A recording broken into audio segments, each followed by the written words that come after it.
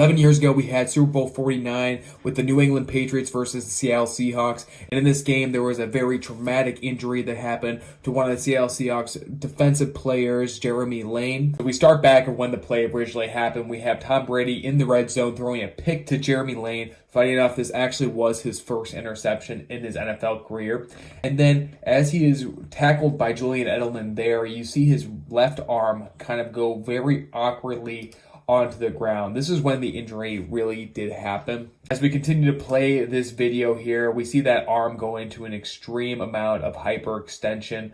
This is a classic mechanism of a FOOSH injury. A FOOSH is an acronym for fallen on an outstretched hand. So as we see here with Jeremy Lane, he is trying to brace himself with this left arm, and you can see just how deformed it becomes with all of his weight and pressure and momentum that is happening in this play. That elbow is locked in extension too, and we saw through that video there was a significant amount of hyperextension, putting more stress throughout that entirety of that joint and that forearm. If we do go back to the video here, we do see a significant amount of rotational stress as well on Jeremy Lane as he's trying to brace himself. This rotational stress is providing more of a torsional stress, specifically through that forearm that's going to be complementing that fracture that he did sustain. We have two key bones that make up our forearm. We have our radius, which is seen right here, more in the outer portion of the forearm or thumb side.